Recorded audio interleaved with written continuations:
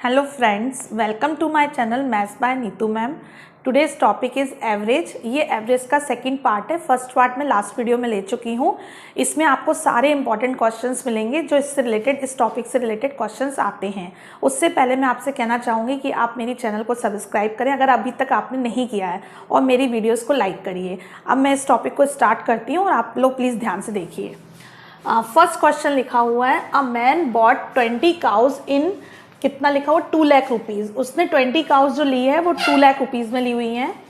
If the average cost of 12 cows is equal to, कितना दिया हुआ है आपको, 12,500। ये एवरेज है। एवरेज मीन्स होता है कि हम ये मान के चलते हैं कि ईच काउ की जो कॉस्ट है वो 12,500 रुपीज़ है। तो उन्होंने बोला कि then what will be the average cost of the remaining cow. आपको रिमेनिंग कितनी बचेंगी, 20 काउज उसने टोटल ली थी, कितने रुपए में ली थी, 2 लाख रुपीज़ में ली थी। तो आपने 20 की जो कॉस्टिंग थी वो आपने लिख दी 2 lakh rupees is equal to, अब आपके पास 12 की कॉस्टिंग एवरेज क्या दिया हुआ है, 12,500। ये एवरेज है, औसत है। और यदि हमें इनका टोटल चाहिए होगा तो मैंने कल आपको बताया था जितने भी नंबर होते हैं उनसे हम मल्टीप्लाई कर देते हैं। तो हम इसका इससे मल्टीप्लाई कर देंगे तो ये हमारे पास क्या आ जाएगी, 12 काउ का हमारे पास वो आ जाएगा, टोटल आ जाएगा, कॉस्टिंग आ जाएगी। अब इन्होंने बोला रिमेनिंग कितनी काउ बची आपके पास, 8, और 8 की आपको क्या निकालनी, एवरेज निकालनी है। तो 8 की एवरेज हमने क्या मान ली, x है। अगर ये इक्वेशन में कोई प्रॉब्लम आई है तो आपको मैं फिर से एक्सप्लेन कर देती हूँ। जब कभी भी एवरेज से रिलेटेड क्वेश्चंस होगा तो आपका टोटल एक साइड में रहेगा और फिर इक्वल के दूसरे साइड में जो भी आपको कंडीशन दी हुई है। कंडीशन इस टाइम ये दी गई थी कि 12 का एवरेज तो था बट रिमेनिंग टोटल 20 काउज हैं, तो 8 का रिमेनिंग आपका नहीं था एवरेज। तो हमने 8 का मल्टीप्लाई किया x से, तो 8 काउ का टोटल आ गया और ये आपके पास 12 काउ का टोटल हो गया। और इजिकल टू कितने रुपए हो रहे हैं, 2 लाख रुपीज़ हो रहे हैं। अब मैं आपसे एक बात कहना चाहूँगी, आप चाहें तो इसको मल्टीप्लाई करके यहाँ ला के सब्ट्रैक्ट कर सकते हो, फिर 8 से डिवाइड दे सकते हैं। बट कभी भी आप इक्वेशन बनाते हैं तो सबसे पहले आप उसमें ये देखा करें, अगर कोई चीज़ कैंसिल हो रही है तो आप उसको कैंसिल करिए, जिससे कैलकुलेशन ईजी हो जाता है। यहाँ पे मैंने देखा कि मुझे 4 से ही सब कैंसिल हो रहा है, तो 4 से कैंसिल करेंगे, 4 2 ज़ा 8, 4 3 ज़ा 12 और 4 5 ज़ा 20। तो यहाँ पे आपके कितने हो गए, 50,000 हो गए। और यहाँ पे 3, अब मैंने देखा अगेन ये 2 से कैंसिल हो सकता है, 2 से फिर कैंसिल किया, 2 1 ज़ा 2, यहाँ पे 2 से कैंसिल किया तो कितना हो गया, 2 6 ज़ा 12, 2 2 ज़ा 4 और 5 0, ये आ गया।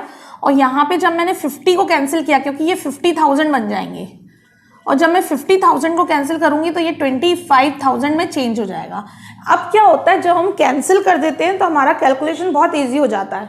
तो यहाँ हमारे पास 25,000 है और इनको मल्टीप्लाई करने पे कितना आएगा, 300, 3 5 ज़ा 15, 3 2 ज़ा कितना हो गया, 6 हो गए, और 7 हो जाएगा, और 3 6 ज़ा कितना हो गया आपका 80।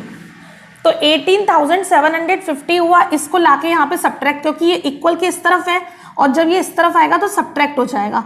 सब्ट्रैक्ट होते ही हमारे पास x की वैल्यू आ जाएगी। तो हमने सब्ट्रैक्ट किया तो 0 0 आ गए, 10 में से 5 गए, 5 आया, और यहाँ पे कितने हो जाएंगे, 9 में से 7 गए तो 2 आया, और यहाँ पे ये कितने हो गए हमारे पास, 4 में से 8 गए तो कितना है, 14 में से 8 जाएंगे तो 6,250 रुपीज़। ये हमारा एवरेज आ गया किसका, रिमेनिंग काउ का।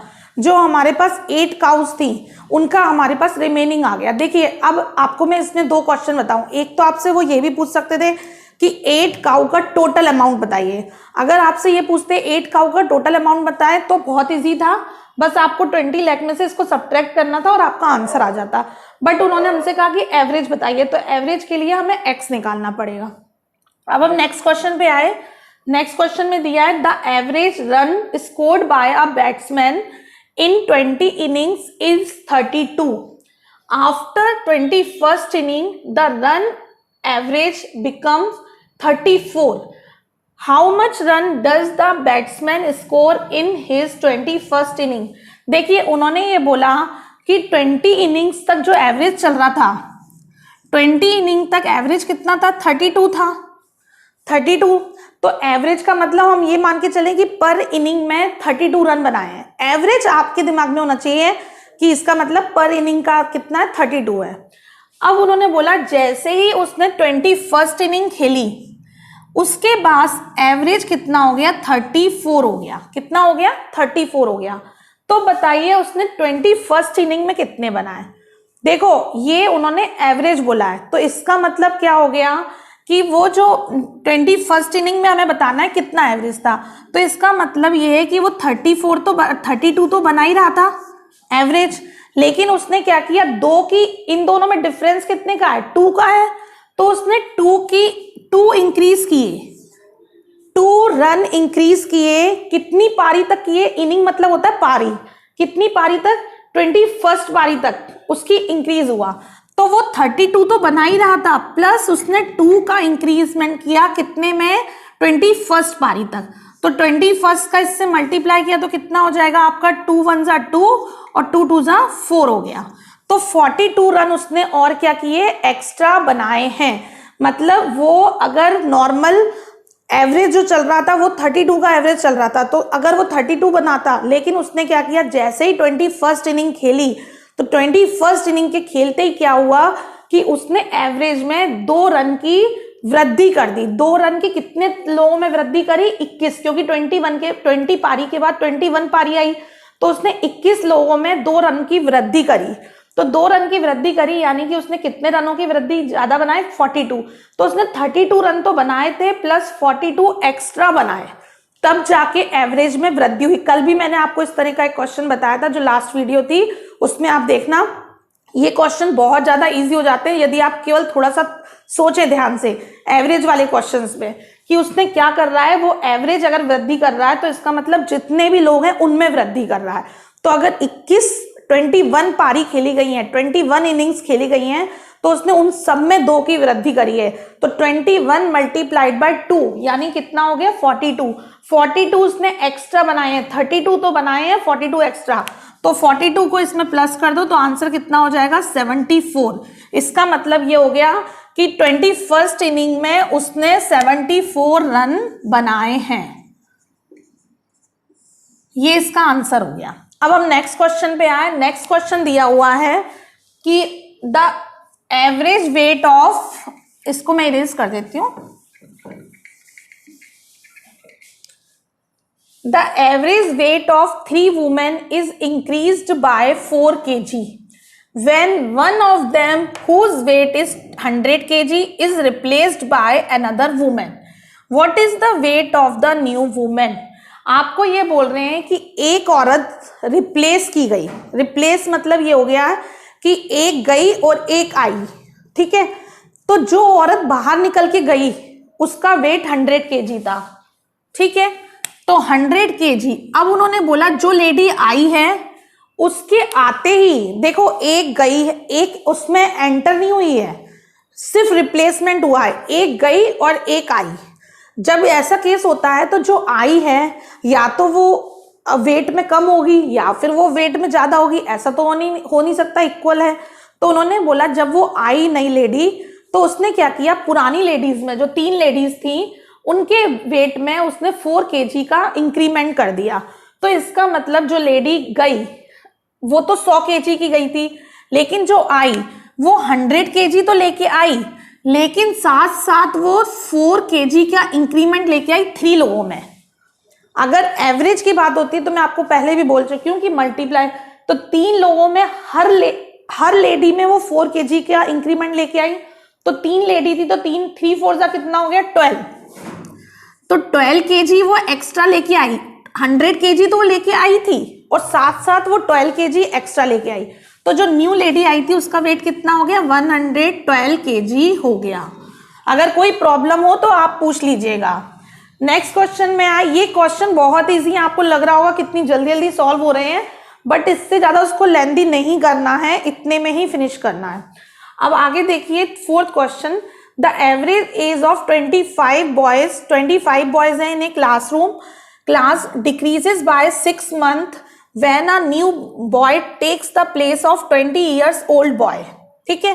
Find out the age of new boy. अब वो कह रहे हैं कि यहाँ पे भी एक बच्चा चेंज हुआ है, एक बच्चा आया और एक बच्चा गया। जो इस केस में हुआ था, लेडी के केस में वही हुआ है, लेकिन जो बच्चा आया उसने क्या किया, जो बच्चा गया है वो तो 20 ईयर्स का गया है, ठीक है। जो बच्चा आया उसने क्या किया, सब लोगों में डिक्रीज कर दिया। पहले वाले क्वेश्चन में इंक्रीज था और इस क्वेश्चन में डिक्रीज है। और कितने मंथ का किया है, 6 मंथ का। कितने लोगों में किया है, 25 बॉयज में।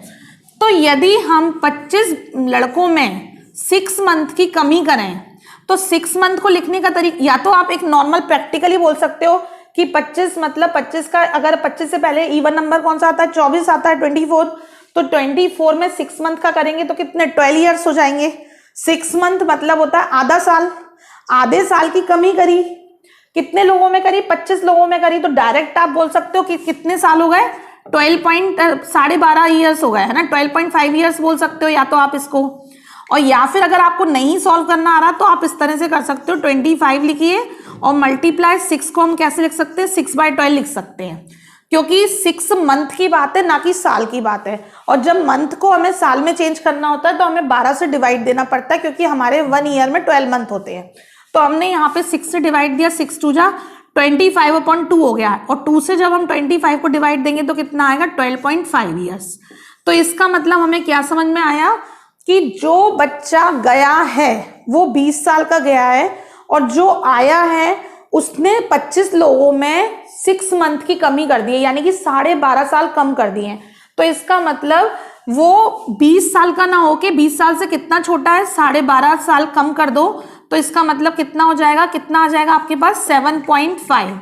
इसका मतलब वो बच्चा 7.5 ईयर्स का है, 7.5 साल का है, क्योंकि उसने उसके आते ही उसको कायदे से, जो 20 साल का बच्चा गया था तो 20 ईयर्स लेके आना था, लेकिन वो 20 ईयर्स ना लेके आया, बल्कि उसने जो पुराने लोग थे 25 स्टूडेंट थे, सब में 0.5 की कमी कर दी, 0.5 ईयर्स, या फिर हम बोल सकते हैं 6 मंथ।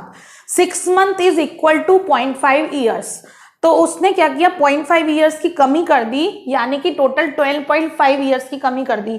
तो इसका मतलब 20 में से यहाँ पे हमने प्लस किया था क्योंकि उसने सबका वेट बढ़ा दिया था, और यहाँ पे उसने सबका एज कम कर दी है, तो हम यहाँ माइनस करेंगे। तो हमारा आंसर कितना आ गया, 7.5 ईयर्स। इतना छोटा बच्चा था वो। अब नेक्स्ट क्वेश्चन पे आइए, इन अ क्लास, इसका आंसर क्या हो जाएगा, 7.5 ईयर्स, और इसका आंसर क्या हुआ था, 112 kg।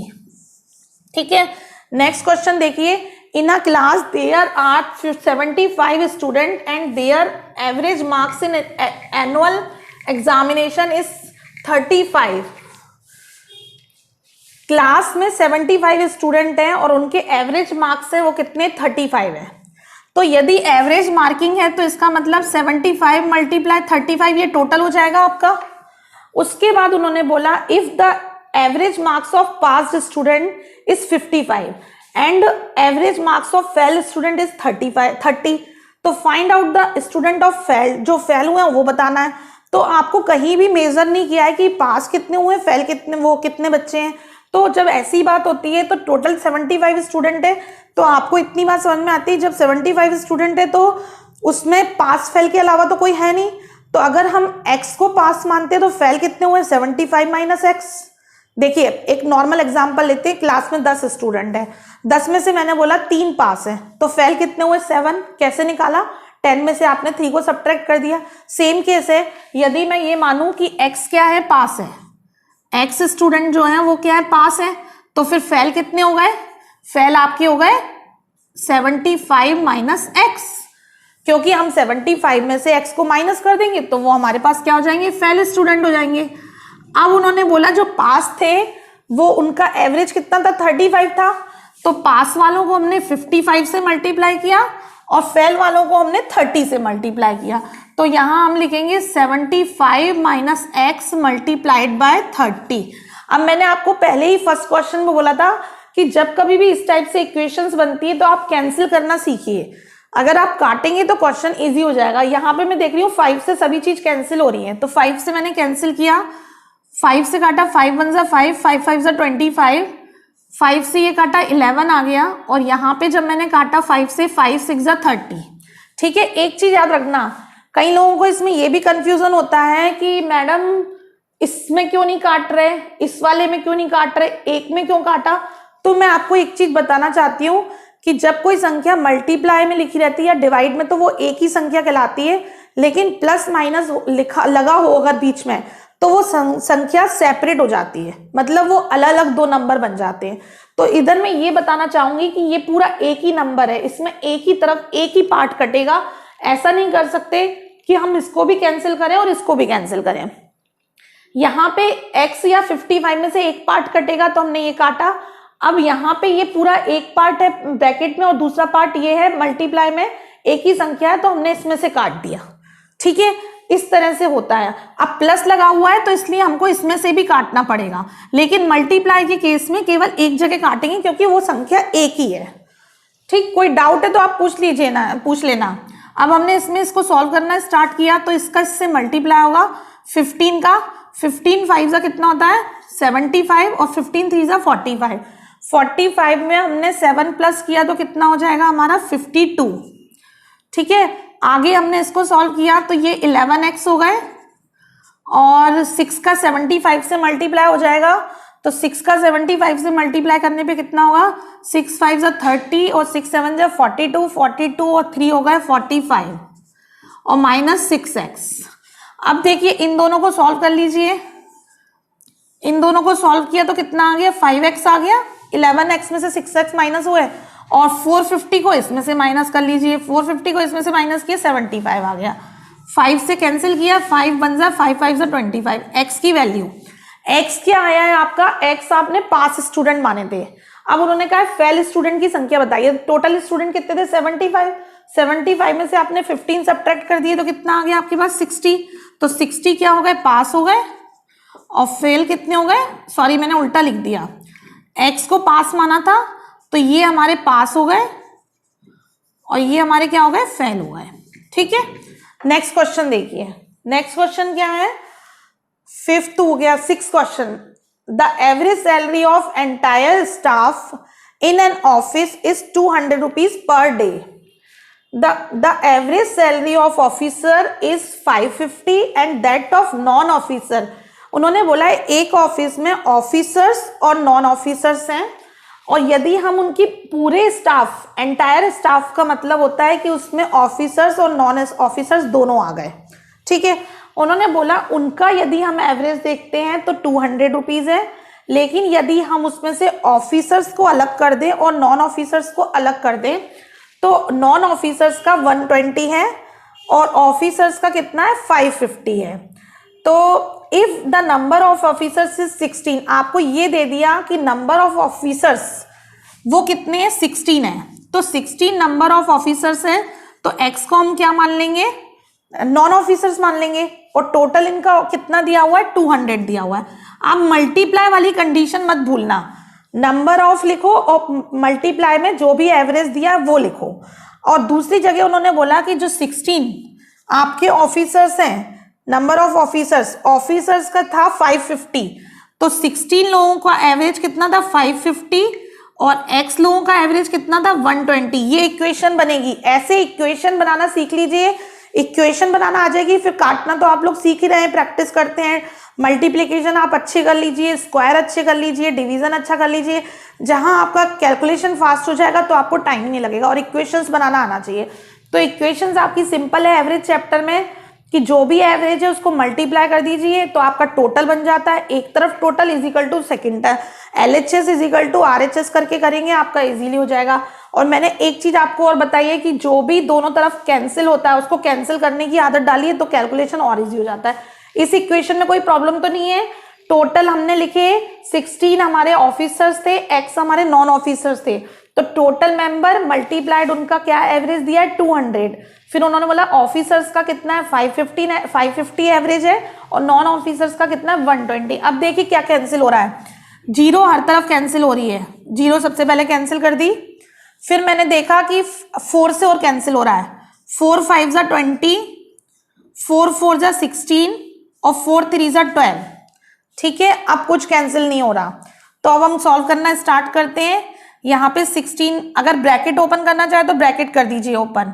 16 5 का कितना होता है 80 plus 5x is equal to, यहाँ पे 4 का इससे मल्टीप्लाई करेंगे तो कितना आ जाएगा 4 5 जा 20, 4 5 जा 20, 22 हो गया और प्लस 3x। अब आप देखिए 3x को आप इधर ले जाके सब्ट्रैक्ट कर देंगे तो 2x हो जाएगा और 80 को वहां ले जाके सब्ट्रैक्ट कर देंगे तो कितना हो जाएगा 140 हो जाएगा। 20 और 60 वहां से गए 140, 2 से कैंसिल किया तो x की वैल्यू कितनी आ गई 70। यानी कि क्या हो गया, जो हमारे पास नॉन ऑफिसर्स थे उनके नंबर कितने थे 70 थे। नॉन ऑफिसर्स की संख्या कितनी थी 70 थी और ऑफिसर्स की संख्या कितनी थी 16 थी। अब हम नेक्स्ट क्वेश्चन पे आते हैं। नेक्स्ट क्वेश्चन दिया हुआ a person covers a certain distance by a car. ये स्पीड का क्वेश्चन है। एक चीज मैं आपको बताना चाहूंगी, स्पीड में बच्चे लोग ये स्पीड वाला क्वेश्चन पेपर में गलत करके आते हैं। उसका रीजन क्या है कि उनके माइंड पूरा माइंड मेकअप रहता है कि एवरेज मीन्स टोटल अपॉन जितना एवरेज है।